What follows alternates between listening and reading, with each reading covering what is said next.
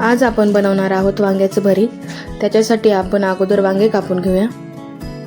अशा प्रकारे वांगे कट करून घ्यायचे। एका कढईमध्ये तेल गरम करून घेऊया। सर्व वांग्यांमध्ये मीठ भरून घ्यायचं आणि नंतर ते तेलात सोडून घेऊया। थोडेसे हलवून एका ताटाने झाकून घेऊया, म्हणजे वांगे पटकन मऊ होतात। 5 ते 10 मिनिटांनी वांगे मऊ झाल्यानंतर आपण ते कढईमध्ये स्मॅश करणार आहोत। जास्त बारीक पण नाही करायचे, मोठे मोठेच ठेवायचे, म्हणजे खायला टेस्टी लागतात। सर्व मॅश करून झालेले आहेत। आता आपण हे एका प्लेटमध्ये काढून घेऊया। आता भरीताला लागणारे साहित्य: कांदा, टोमॅटो, कोथिंबीर आणि वांगे। आता आपण भरीताला फोडणी देऊन घेऊया। एका कढईमध्ये तेल गरम करून त्याच्यामध्ये कांदा टाकून घेऊया।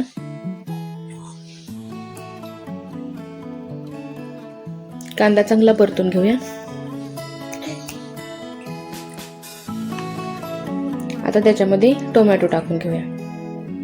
टोमॅटो चांगलं हलवून घेऊन मऊ होईपर्यंत त्याच्यामध्ये लगेच लाल तिखट टाकून घेऊया, मीठ व कोथिंबीर। आता हे चांगल्या प्रकारे हलवून घेऊया आणि त्याच्यामध्ये लगेच भाजलेले वांगे टाकून देऊ।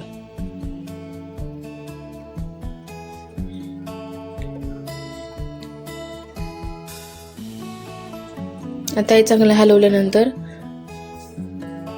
5 ते 10 मिनिटं असंच हलवत राहायचं।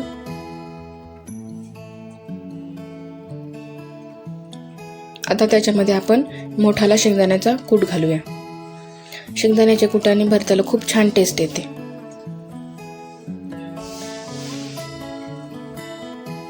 आता आपलं भरीत तयार झालेलं आहे।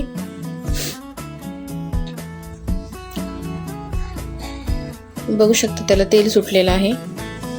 आता आपण गॅस बंद करून घेऊया। आता भरीत सोबत खाण्यासाठी आपण बाजरीची भाकरी करणार आहोत। तुम्ही ज्वारीची किंवा चपाती काहीही करू शकता। ही भाकरी झालेली आहे।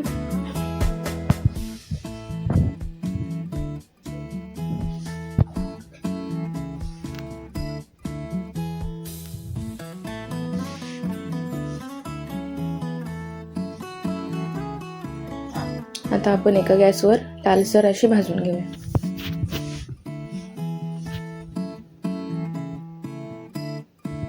भरीत भाकरी सोबत खूप टेस्टी लागतं। आता आपलं ताट तयार झालेलं आहे। कांद्याची पात, हिरवी मिरची, भरीत व बाजरीची भाकरी। तुम्हाला पण आवडते का हे कमेंटमध्ये नक्की सांगा व लाईक आणि कमेंट करा। धन्यवाद।